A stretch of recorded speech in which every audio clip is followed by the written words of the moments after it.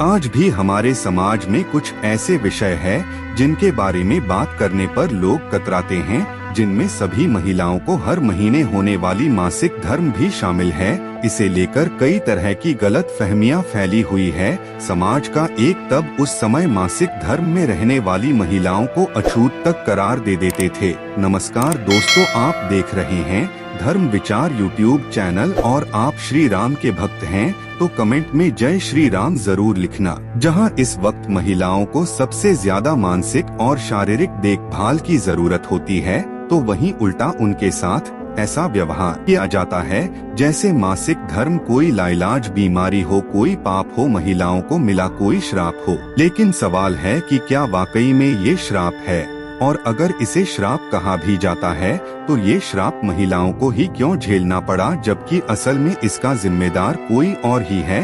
क्या है महिलाओं को मिले इसे श्राप के पीछे का रहस्य और किसके किए गए पापों का प्रायश्चित कर रही है महिलाएं? आज के हम आपको इसी के बारे में बताने जा रहे हैं। दरअसल हिंदू धर्म ग्रंथों के अनुसार महिलाओं को हर महीने होने वाली मासिक पीड़ा के पीछे देवताओं के राजा इंद्र का हाथ है। इंद्र के बारे में अगर आपने पढ़ा होगा तो आपने एक बात समझ आई होगी कि अक्सर मुसीबत वो खुद बुलाते थे, लेकिन समाधान मांगने के लिए वो त्रिदेवों के पास जाते थे। एक ऐसे ही कर्म का समाधान है महिलाओं को मिला मासिक धर्म का श्राप। यह कथा तब की है जब देवताओं के गुरु देवराज इंद्र से क्रोधित हो गए। इसी का फायदा उठाकर असुरों ने स्वर्ग पर आक्रमण कर दिया और इंद्रा को अपनी गद्दी छोड़कर भागना पड़ा।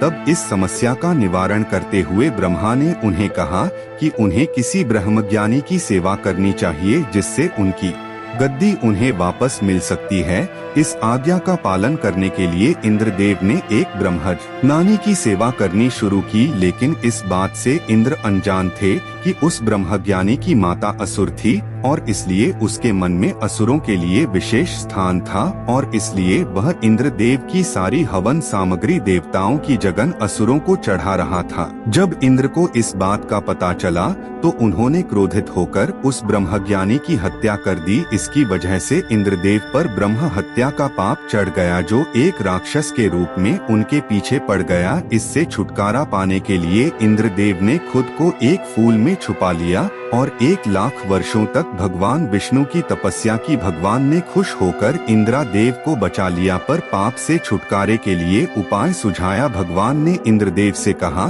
कि वे इस पाप के कुछ अंश को पेड़, पृथ्वी, जल और स्त्री को दे दे। इन चरों ने इंद्र का ये आग्रह स्वीकार किया और उनसे अपने लिए के वरदान मांगा। इस पाप के अंश के बदले पेड़ को वरदान मिला कि वह अपने आप को कभी भी जीवित कर सकता है। पानी को वरदान मिला कि वह किसी भी वस्तु को स्वच्छ कर सकेगा। पृथ्वी को वरदान मिला कि उसकी सभी चोटें अपने आप भर जाएंगी और अंत में स्त्री को इंद्रा के श्राप स्वरूप मासिक धर्म की यातना मिली, जिसके लिए इंद्र ने स्त्री को यह वरदान दिया कि वह पुरुषों की अपेक्षा काम यानी कि शारीरिक संबंध का आनंद दुगुना ले पाएंगी।